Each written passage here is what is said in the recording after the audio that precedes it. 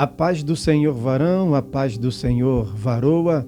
Pastor Fábio Santos aqui para mais uma videoaula e, lógico, a nossa aula maravilhosa de hoje. Eu sei que você estava na expectativa, assim como eu aqui também, neste dia lindo e maravilhoso que o Senhor nos permitiu. Seja bem-vindo aqui no canal Ministério Fábio Santos. É sempre bom ter você aqui com a gente todas as semanas, não só assistindo e compartilhando e curtindo os nossos vídeos nas aulas na íntegra, como também nos shorts, aqueles videozinhos pequenininhos de 1 minuto que a gente tem distribuído aqui pelo YouTube. Tem sido uma bênção, tem alcançado muitas vidas e você faz parte disso. Pessoas têm sido muito abençoadas e você me ajuda nisso. Como?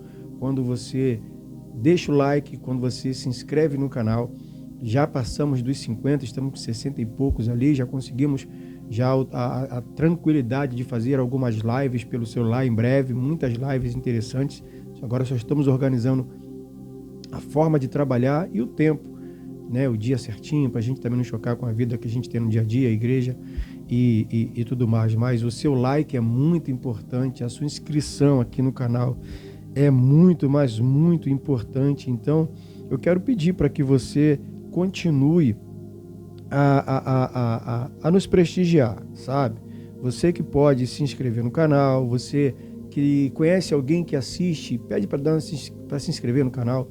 Vamos chegar a 100, 200, 500, 1000, 5 mil, 10 mil. Vamos popular o canal Fábio Santos com aquilo que o Senhor tem para nós, porque com certeza Jesus está voltando e você vai me ajudar a evangelizar o Brasil e o mundo. Posso contar com você? Que o Senhor nos abençoe. Lições bíblicas, segundo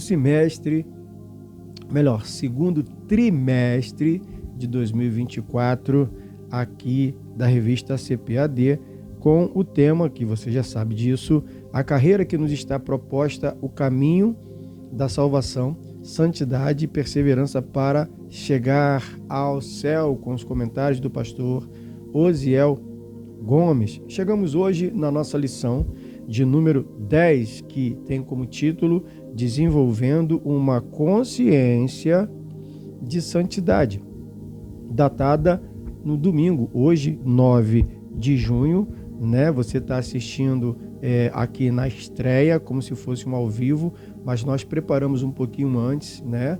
Mas para que você comece já a se acostumar com ele ao vivo. Então você pode deixar o seu comentário, participar no chat, ficar à vontade, a gente vai te responder à medida que houver as necessidades. Tá certo assim?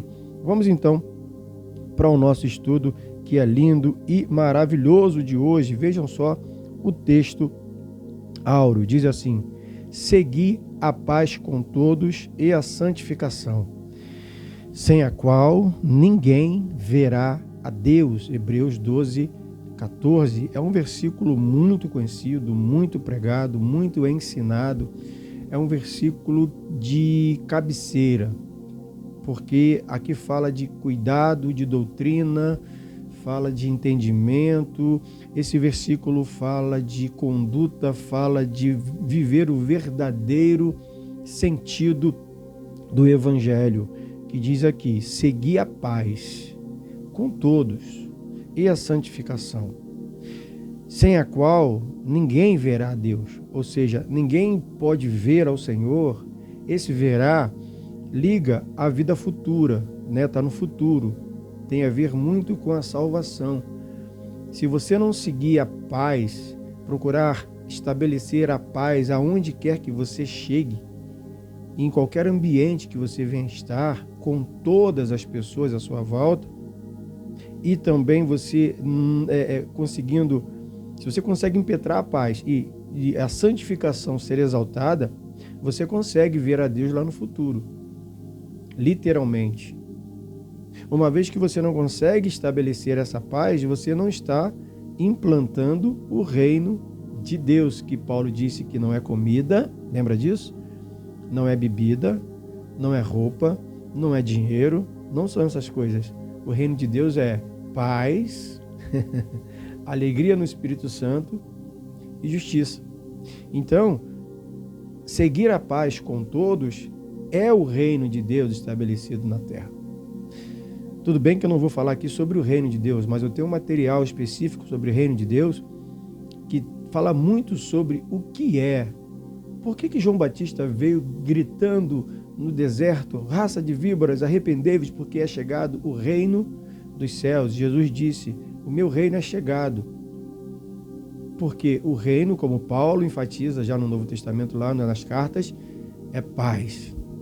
É alegria no Espírito Santo e justiça. Essas três coisas juntas, você está vivendo o reino de Deus. O reino de Deus não é prosperidade financeira. O reino de Deus não é o crente que sofre. Ai, tadinho de mim que eu sofro, passo perseguição. Isso não é reino de Deus.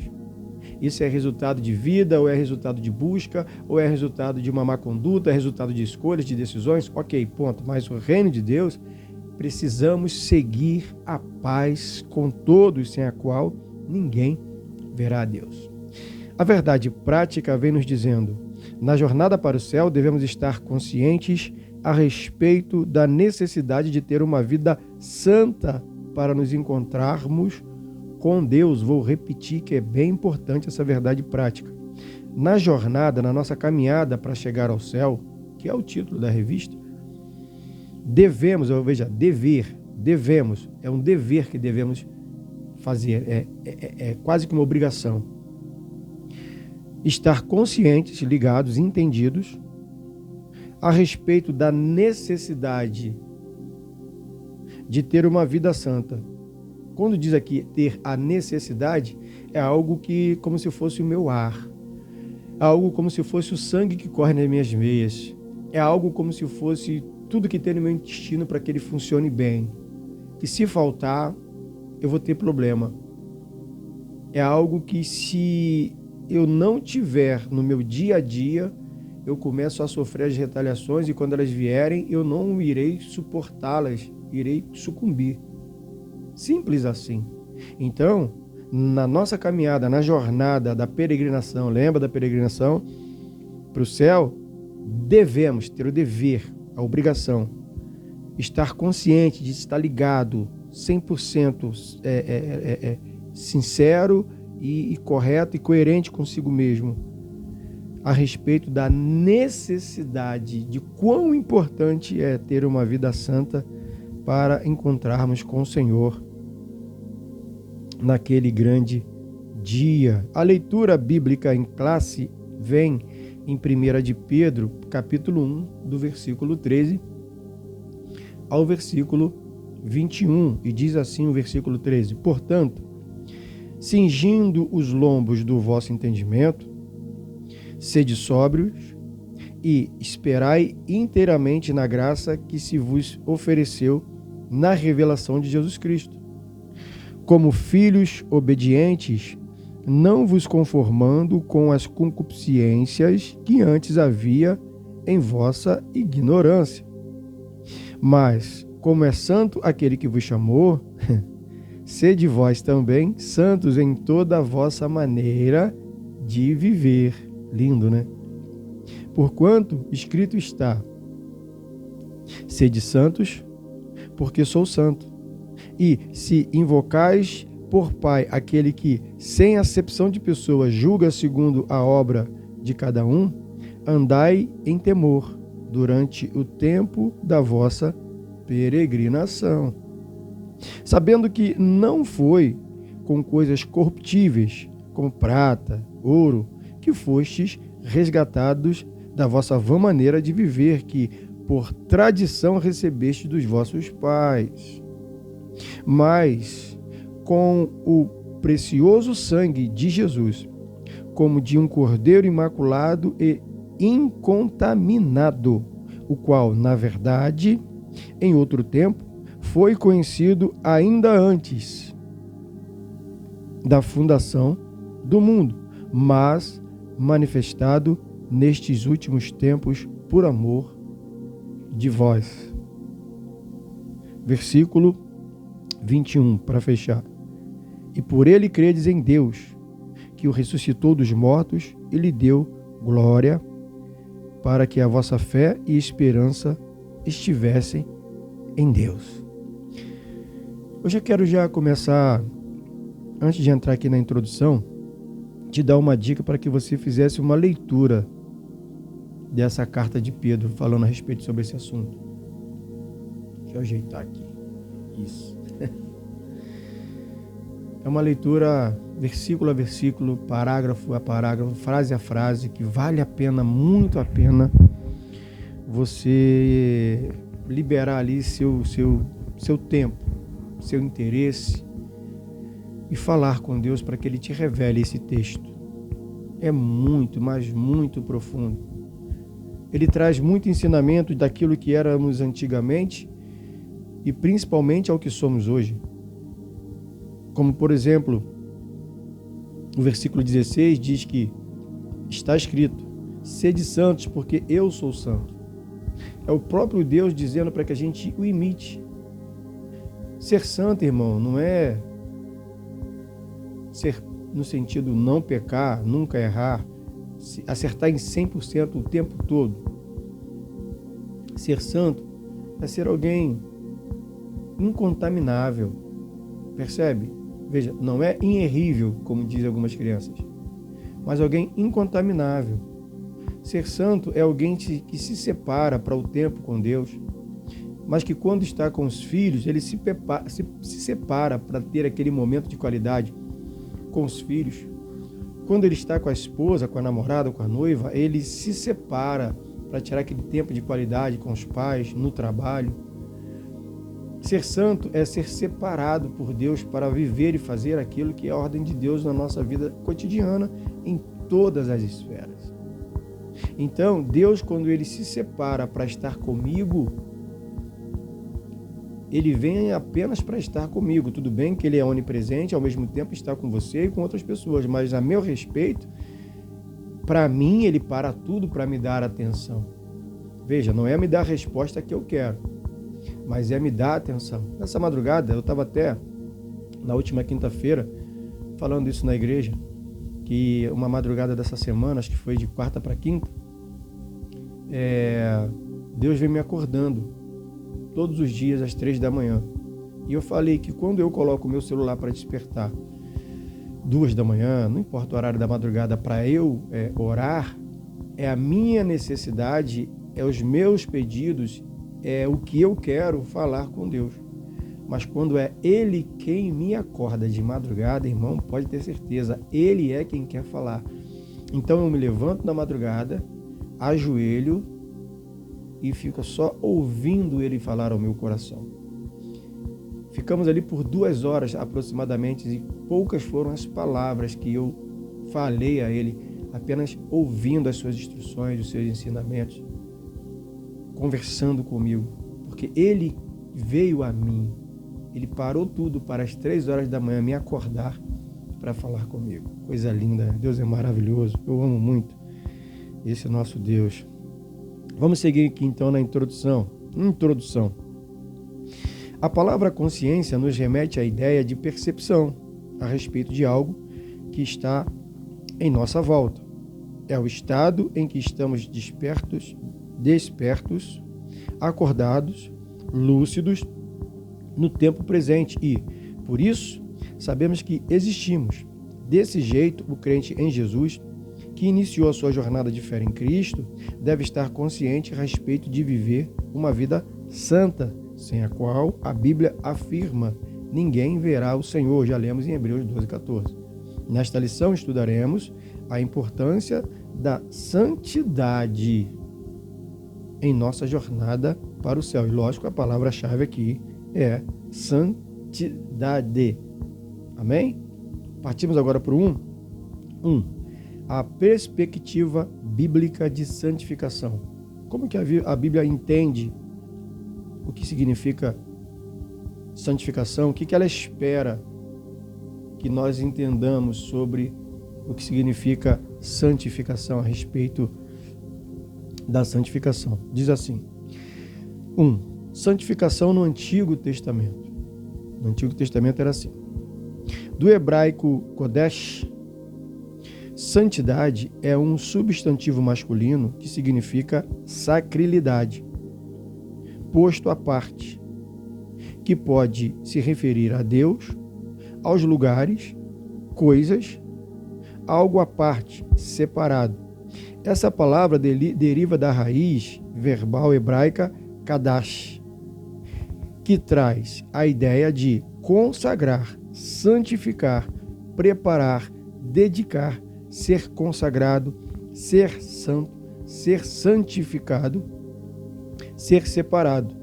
Nesse sentido, a palavra Kodesh aparece cerca de 469 vezes no Antigo Testamento como santidade. Por exemplo, pode ler aí, Êxodo 15 fala sobre isso. Coisa santa, que em Números 4 fala, santuário em Êxodo 36 fala, tudo relacionado a isso. Outros sim, o adjetivo Kadosh, muito presente no Pentateuco, os primeiros livros da Bíblia, traz a ideia de um dia uma pessoa ou uma nação inteiramente consagrada, separada, santificada a Deus, ou seja, o grande desejo do Senhor. Eu acredito que estamos chegando lá. 2. No Novo Testamento, o verbo grego é hagiadzo, isso mesmo, né? Hagiadzo, que quer dizer santificar, traz a ideia de tornar santo, purificar ou consagrar, venerar, ser santo. Esse termo abrange o sentido de o crente tornar-se puro, de modo a estar santificado, ou purificado e santificado por obra graciosa do Espírito Santo, 1 Coríntios 6. Nesse sentido, no Novo Testamento, a santidade operada na vida do crente é uma obra autêntica do alto. 3. A santidade exigida pela palavra. Em nossa jornada cristã, rumo ao céu, a palavra de Deus exige santidade em todas as áreas de nossa vida. Isso porque a palavra da verdade nos santifica. Desse modo, o crente em Jesus não pode ter compromisso com comportamento pecaminoso, visto que em sua lida diária ele tem um compromisso de buscar um estilo de vida santo, pois sabe que sem ele não podemos ver o Senhor. Sintetizando aqui os 3 tópicos, no Antigo, no Novo e a santidade exigida pela palavra. No Antigo Testamento, sempre que se falava em santidade, a conotação da palavra kadosh ou kadash, como lemos aqui em várias situações, ela remetia a uma ideia de hebraica, uma raiz hebraica de consagrar, oferecer, separar para oferecer. Como eles faziam muitos sacrifícios, isso remetia a eles se consagrarem ou consagrar ou separar ali a sua oferta, o animal geralmente, santificar, separar, lembra disso? Para ofertar, para entregar no altar ao sacerdote, para que o sacerdote sacrificasse ao Senhor. No Novo Testamento, a ideia já é diferente. Já não é de eu fazer uma separação de alguma outra coisa para entregar ao sacerdote para ser oferecido a Deus. Não, mas é de eu mesmo me purificar, de eu me separar, de eu me consagrar para que eu seja essa oferta ao Senhor. Não uma outra coisa, um outro animal, um objeto ou coisa do tipo. Não, mas eu mesmo sendo. Então, no 3 aqui, a santidade exigida pela Bíblia na nossa jornada exige que nós sejamos santos em todas as nossas áreas. Lembra que eu falei agora há pouco? Se eu separo um tempo para estar com a minha filha e com a minha neta, eu preciso me santificar.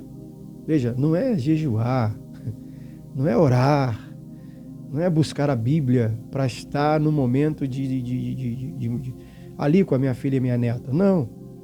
Me santificar é me separar de uma maneira exclusiva para elas, sem pecado.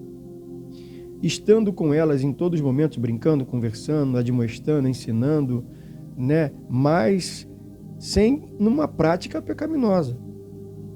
Uma prática santa, linda, pura, onde a purificação entre nós ela está no nível hard, no nível alto.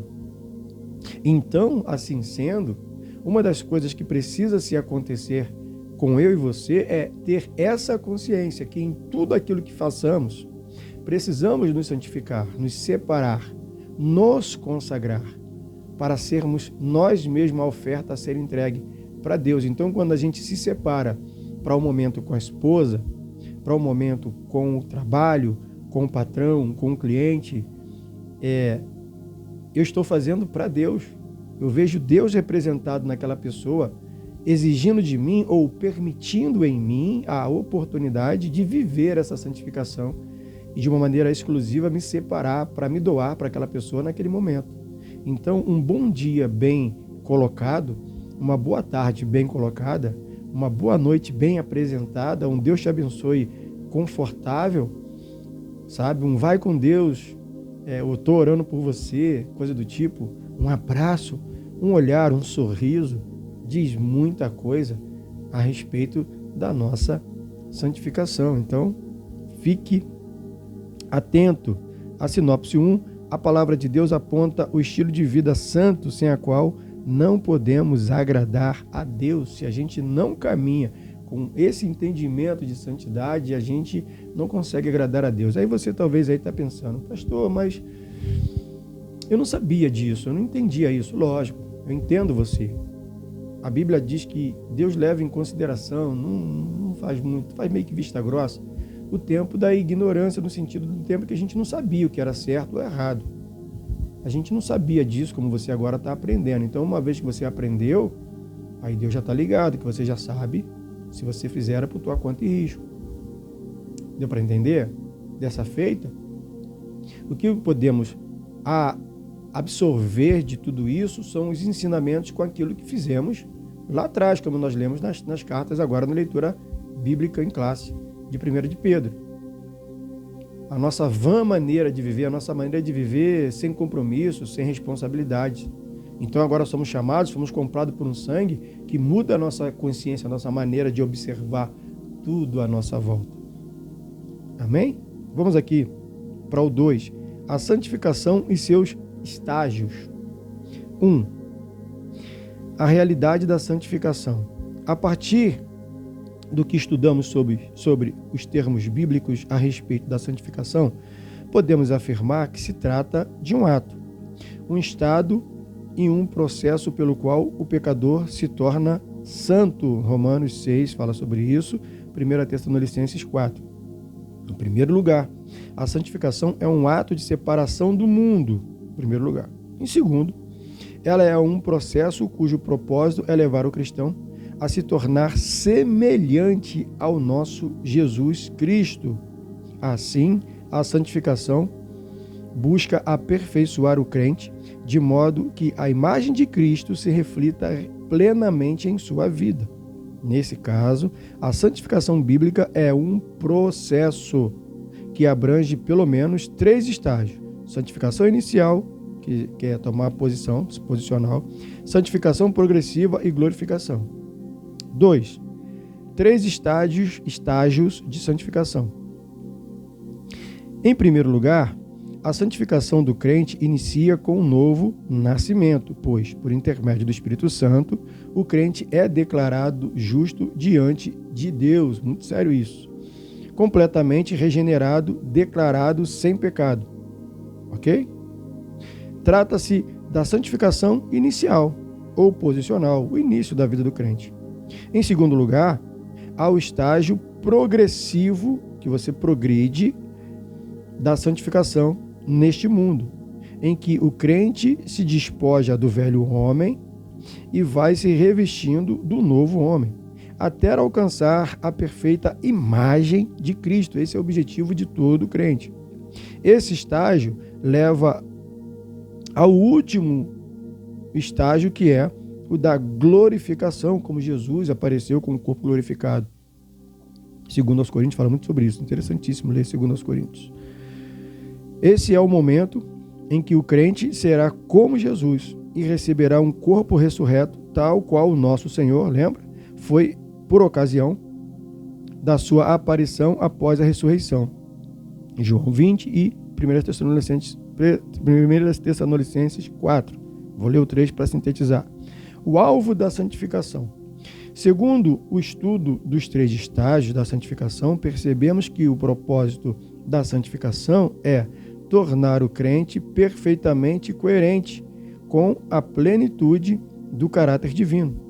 Nesse aspecto, todo crente regenerado é chamado por Deus para ouvir, guardar e praticar seus mandamentos, de modo que seja a sua santa habitação de Deus.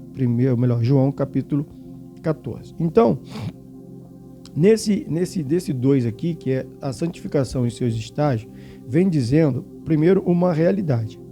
A realidade, o que é a realidade da santificação? A gente primeiro precisa entender que ela é para um ato de separação do mundo. Aí fala da posição do crente.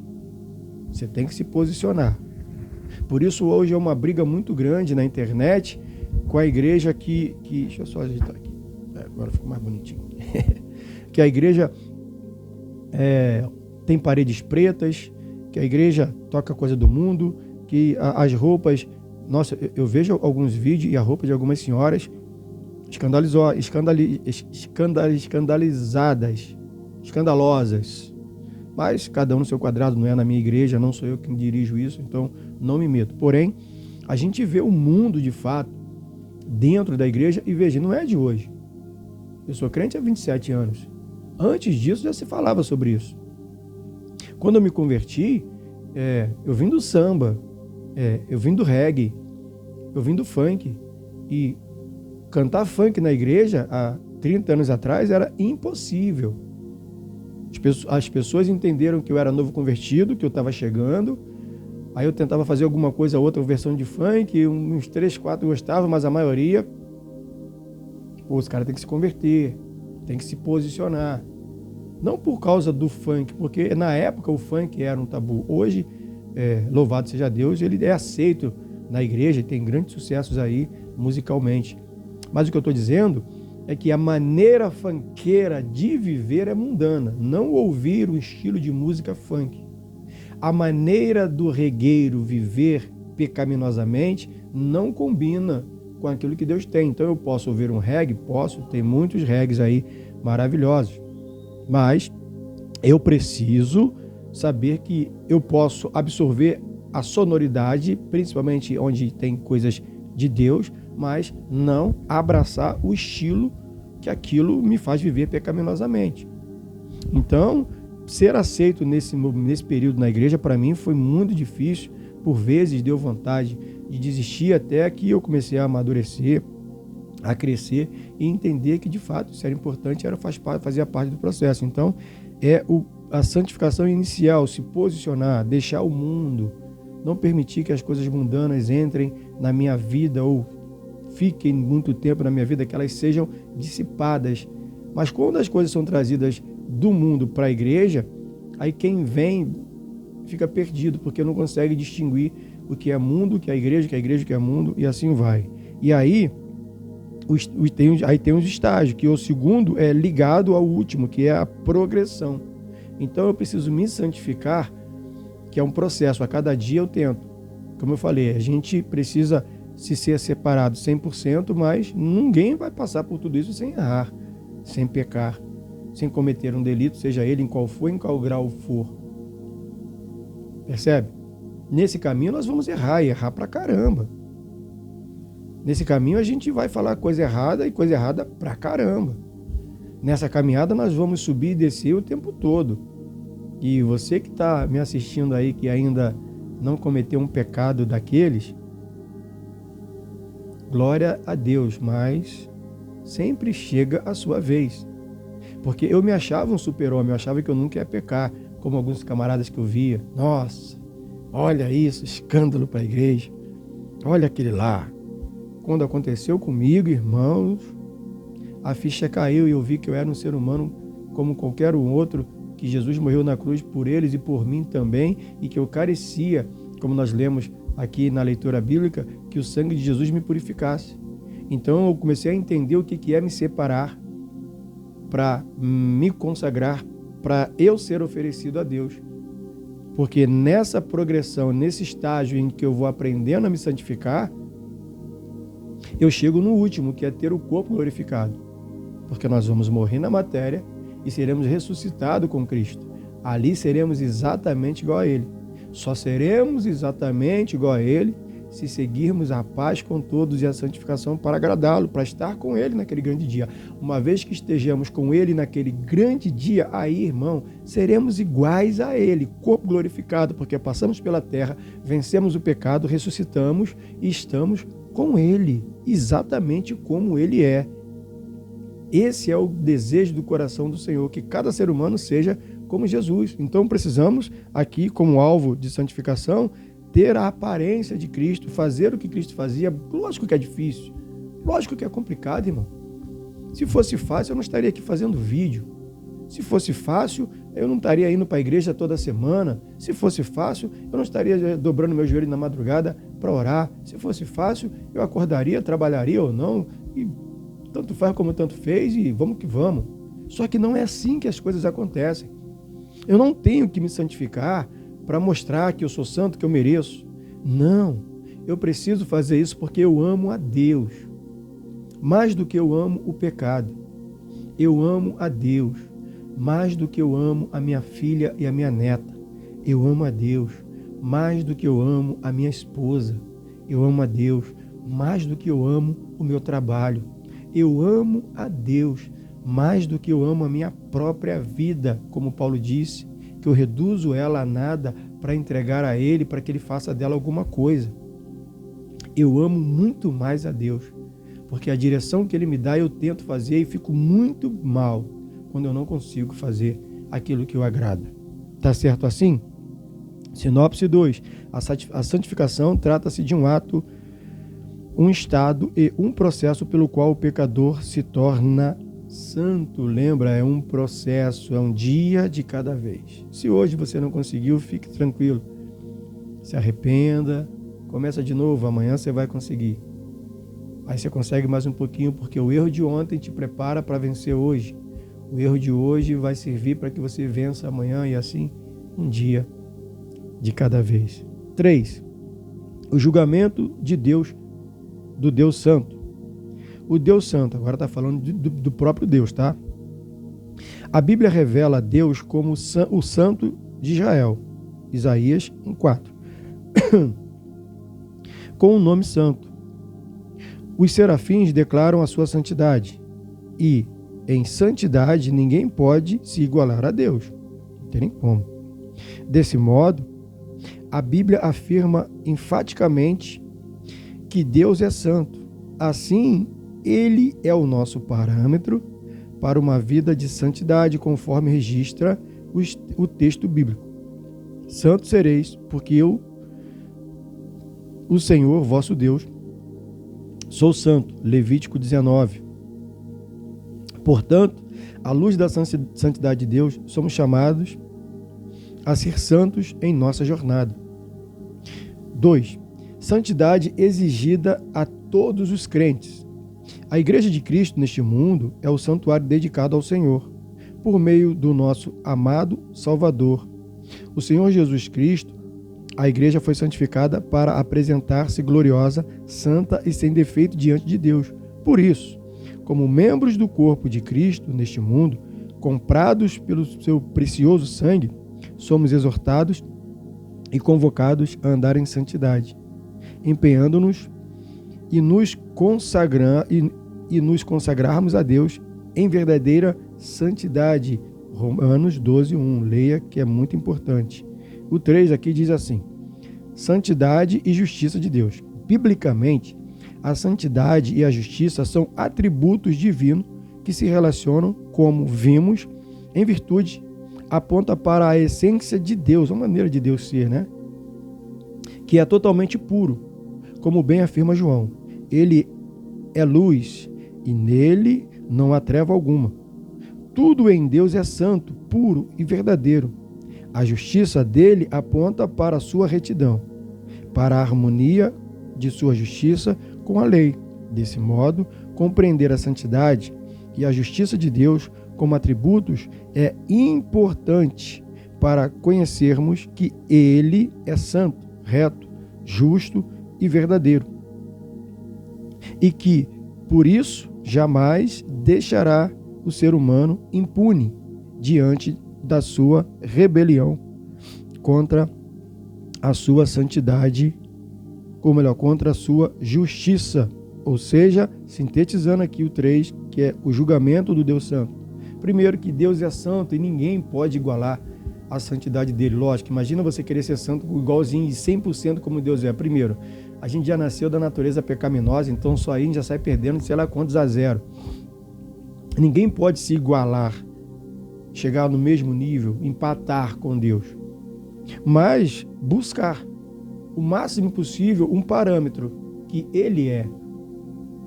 Então, Ele exige de todos os crentes que, veja o parâmetro, observa a tampa.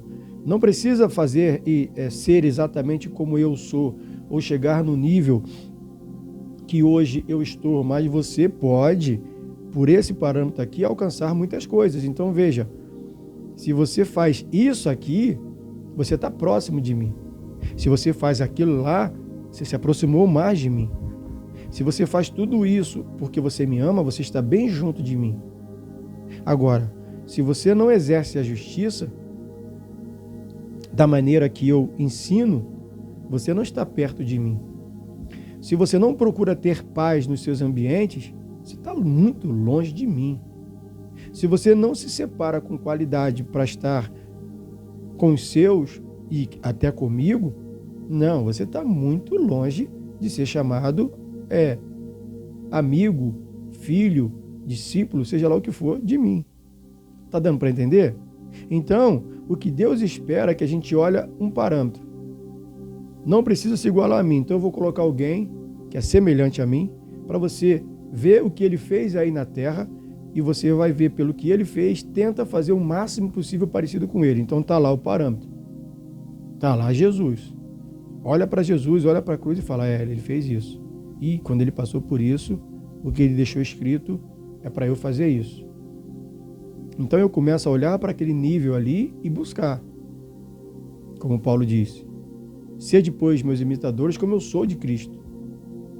Olha, não é Paulo dizendo, me imitar o que eu faço. Não, mas é fazer como eu faço. Não é me imitar, mas veja, eu estou imitando a Cristo. Então se dedique a imitar a Cristo como eu me dedico. É isso que Paulo está dizendo. Sede, pois, meus imitadores, como eu sou de Cristo.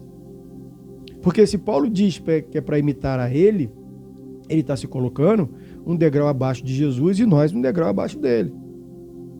E não é isso que Paulo está dizendo. Sede, pois. Esse pois é fazer. Faça igual a mim, que sou imitador de Cristo. E veja a dedicação que eu tenho.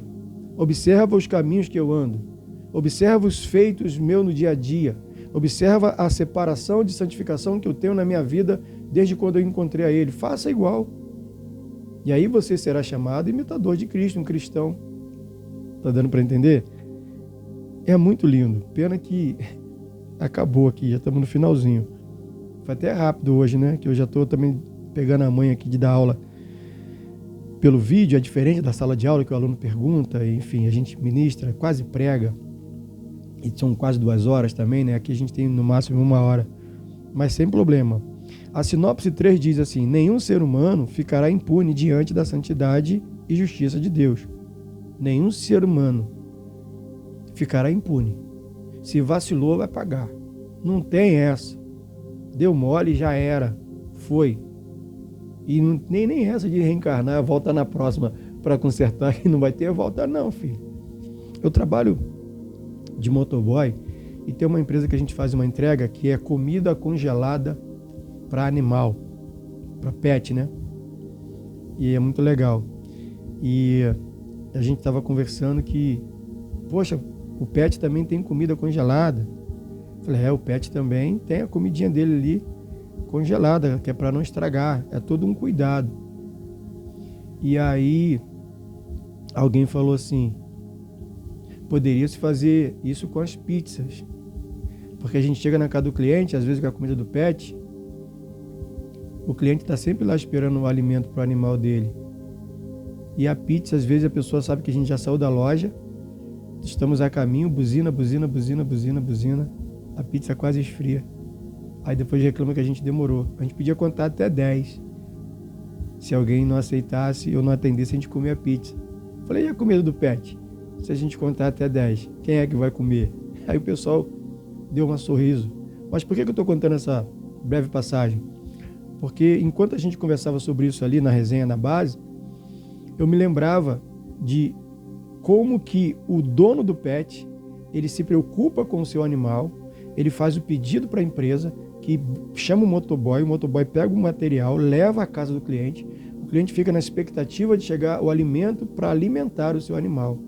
Enquanto nós, seres humanos, pedimos uma pizza, às vezes com fome, e a comida chega e a gente demora para responder, demora para receber, demora para entender que aquele momento eu deveria estar me separando para ter um momento de comunhão.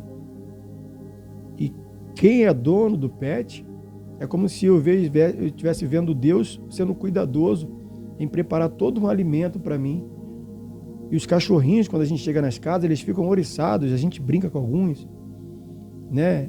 Late para todo mundo, para nós não late. É como se a gente estivesse levando algo, como se estivesse, não, a gente está levando algo que é precioso para aquele animal, o animal fica animado, o dono do animal fica animado, porque chegou o grande alimento para alimentar aquele quem eles amam. Mas quando é pizza ou qualquer outra coisa, o japonês, seja o que for, de um ser humano, ele não espera com essa alegria o alimento chegar. Então, quando a gente traz isso para o nosso mundo espiritual, para a nossa vida em Cristo, Deus espera que a gente fique atento e esperançoso para a chegada do alimento.